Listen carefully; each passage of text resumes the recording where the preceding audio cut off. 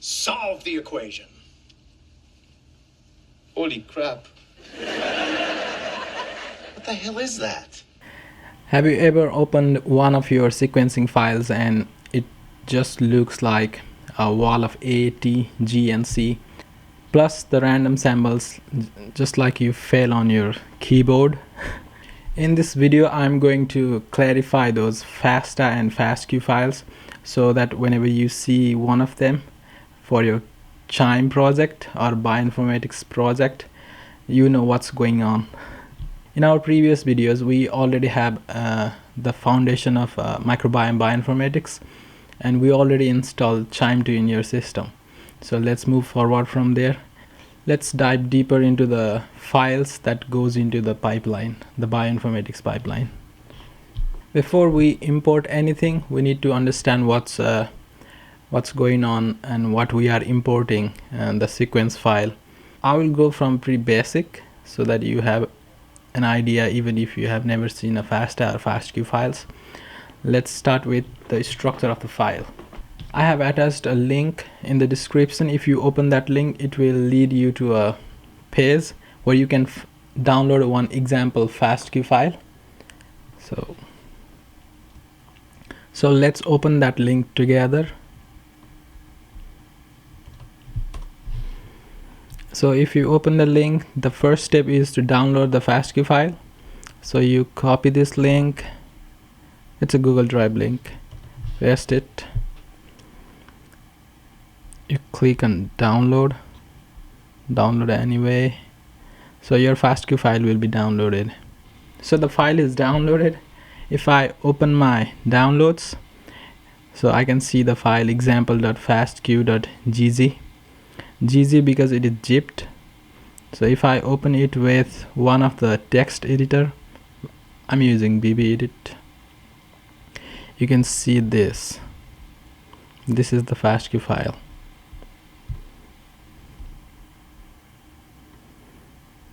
I can make it white.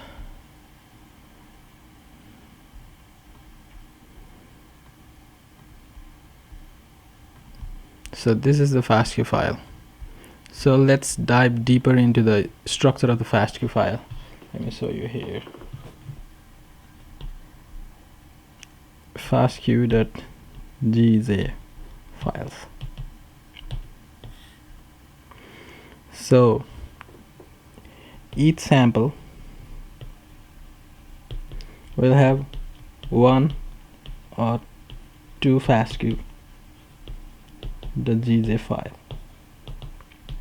So if it is single end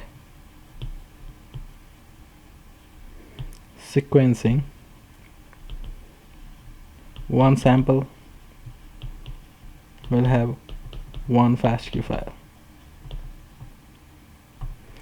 If it is paired end sequencing, then one sample, two FASTQ files. One for forward, one for reverse. So if you look at the DNA sequence, it is double helix. So if you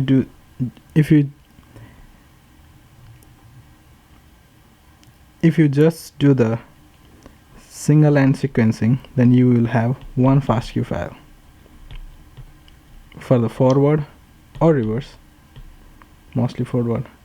So if you do paired end, meaning both of them, then you will have one file for forward, one for reverse, depending on 5.3 or 3.5.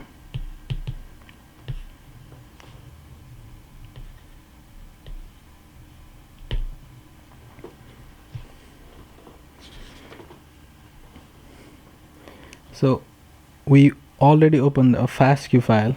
Let's import that here.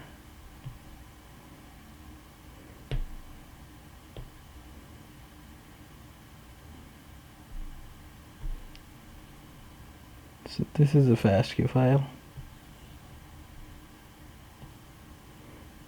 This is the screenshot from the same FASTQ file. So each fastq file have multiple reads. So each read have 4 components, or the structure is like this. Is, let me change the color.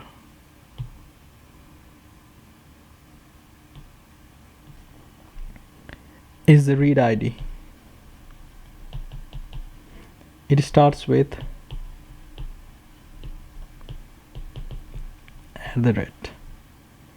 So it starts with @.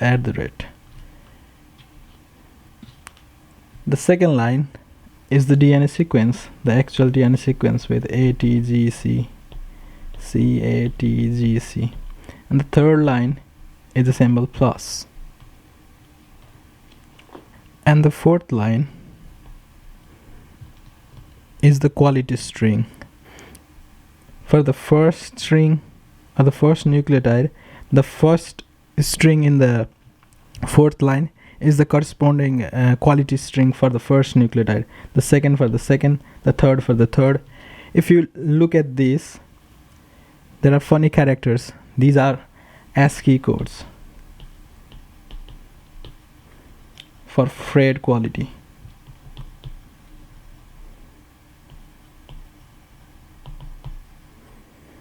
So the quality score is measured in Phred quality score for the nucleotides. Let's see. We will talk about the Phred quality score in a minute, but we don't need to remember the ASCII code and the corresponding values for those ASCII code. So for each reads, a FASTQ file have 4 lines. The first line is the sequence ID, starting with the @. This one. The second line is the sequence. The third line is a plus sign, and the fourth line is the quality score in ASCII form. So this is one read, this is another read, this is another read, this is another read, this is. So if we look like this, so this is read 1, read 2, read 3, read 4, read 5, read 6.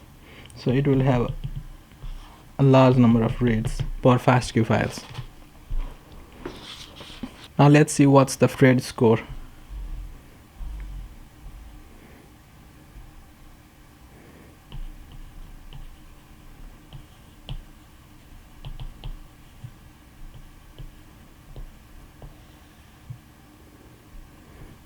We don't need the mathematical equation to calculate the Phred quality score, which is, by the way, Q is equals to -10 log base 10 p.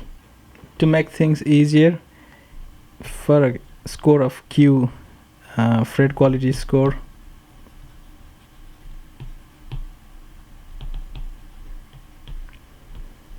so if Phred quality score is 10, it means 1 in 10 base call is incorrect.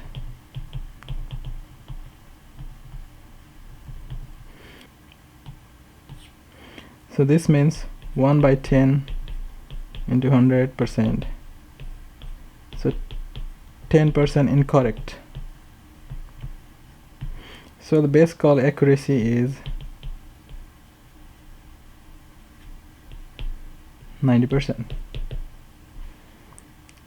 Likewise, if the Phred quality score is 20, then it means 1 in 100 base call is incorrect, which means if it gives you a string of 100 nucleotides, A, T, G, C, 1, 2, G, C, C, A, 100, 99, 98, 97, then there is a probability of one of them being wrong.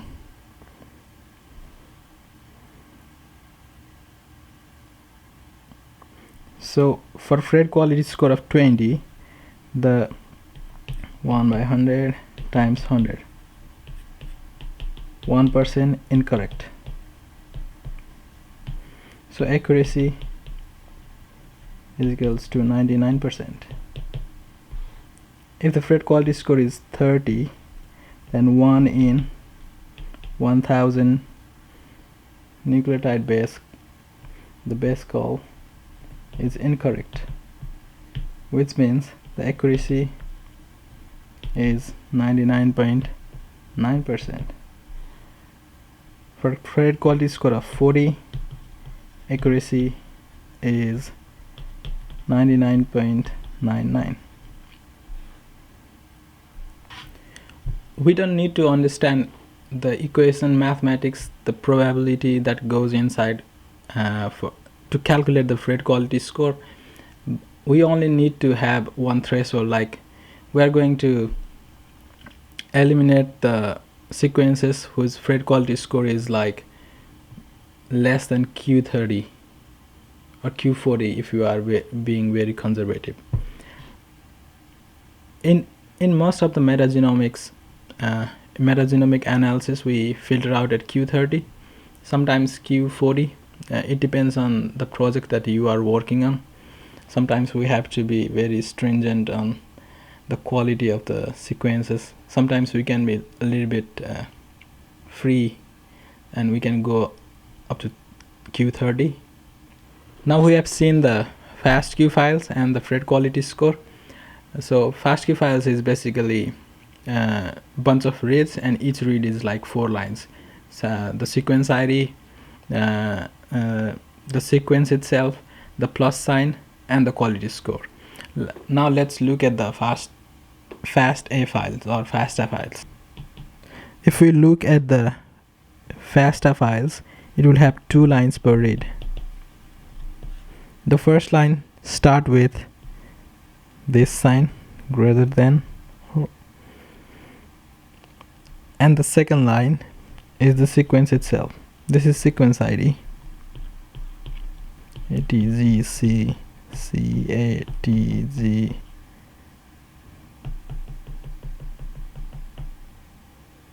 So if we look at the FASTA file, if this is a FASTA file, it will have sequence 1 ATTGCAT,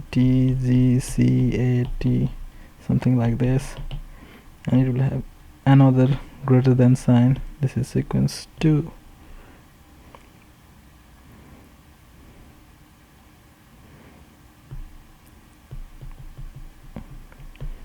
So each read is 2 lines. So if we summarize the thing, it is like fastq files is equals to FASTA files plus quality score. Whenever you are doing a project, you get the fastq files, so you have the sequences as well as the quality of those sequences. So let's talk about how you get the files. So if you are doing single end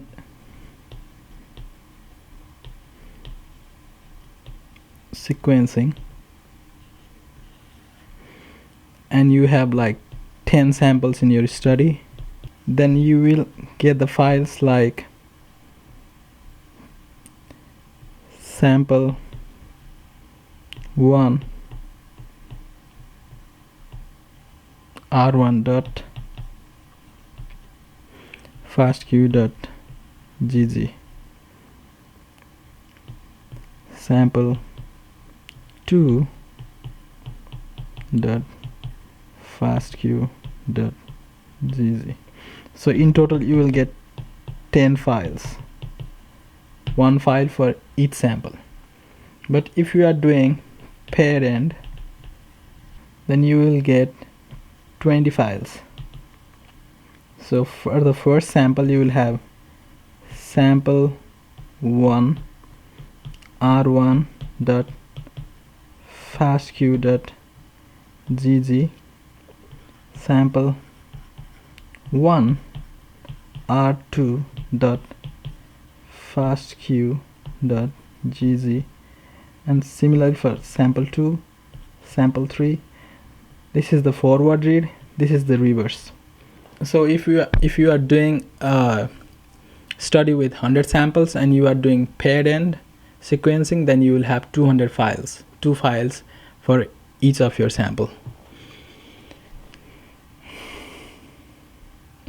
So the number of files for your study depends upon what sequencing approach you selected, like if you are doing single end or you are doing paired end. Let's go back to the link that I said in the description.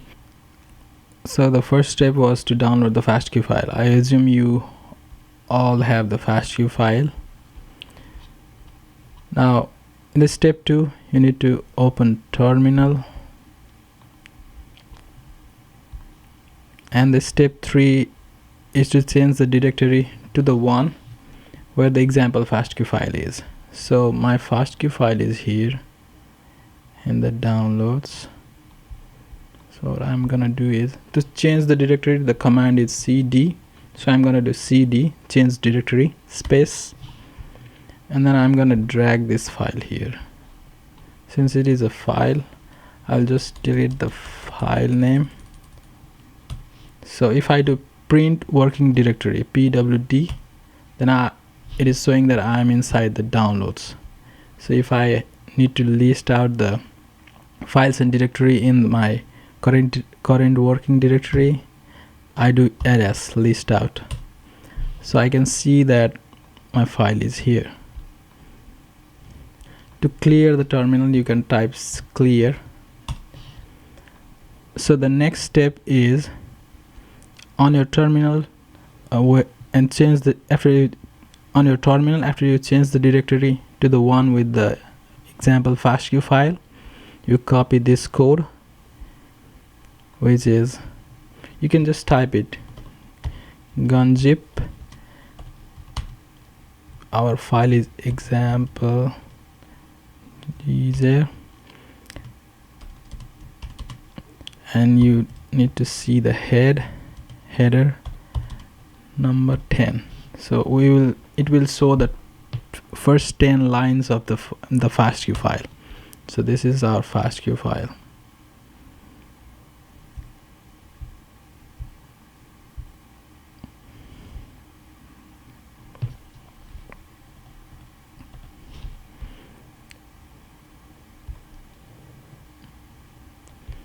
So yeah, this is the first 10 lines of the fastq file. So the first line is the sequence ID, second is the sequences itself, and the third one is the plus sign, and the fourth one is the quality score. For the read one, here the read 2 starts, the sequence ID, the sequences, the plus sign, and the quality score. Okay, let's close the terminal. Step 5 is to go back to the video and catch more things. So the next important thing is to import the sequence file, the fastq files, into the QIIME environment. Whenever we are working on QIIME, so let's say you have 100 samples and you are doing pair end, so you will have 200 files, right? So each time we will not use those 200 files. So from 200 fastq.gz files, we create one QIIME artifact. So we will create one file that will have all the information from those 200 files. So it will be like .qga, the QZA file. So this is what goes inside the QIIME2 pipeline.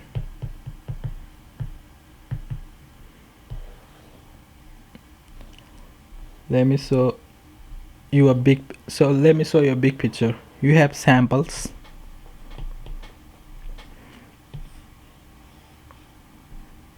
Let's say you are working on gut microbiome. So you have 100 people. So you collected 100 gut microbiome samples.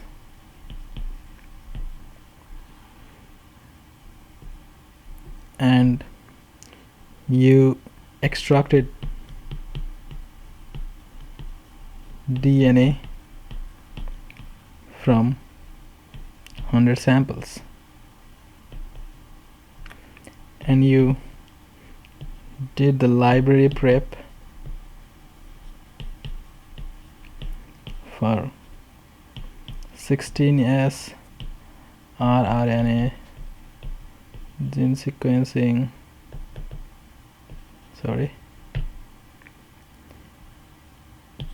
to be sequenced in Illumina. So the protocol is fixed. You can find the handbook provided by the Illumina to prepare the library for their sequencer. So you loaded those libraries. So up until here we call it sample. After we go through the library prep, after DNA extraction, we call them libraries. That's the same thing. We get, so let's say we did paired end.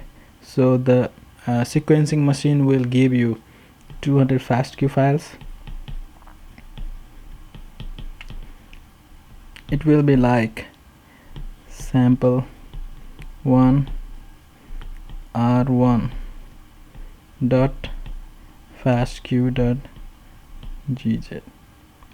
sample 1 r2 dot gz. So you will have 200 fastq file. So from this 200 file, it is very complicated if we treat each file at once. So we create one artifact from all those 200 files, and just we use one files for all those samples. So let's say you can name it anything, like my project dot QZA. So this QZA file, QZA means QIIME artifact file. You don't need to worry about this. In coming videos we will be converting the fastq files into QZA files hands-on with proper documentation and everything. This myproject.qza file will represent all those 200 files, so all those 100 samples. We don't have to work on each sample individually. We can work on all those samples at once. So in the next video we will be using some real commands to generate these QZA files from the fastq files. So I will give you fastq file and the commands and proper documentation to create the QZA file on your own. So thanks for watching.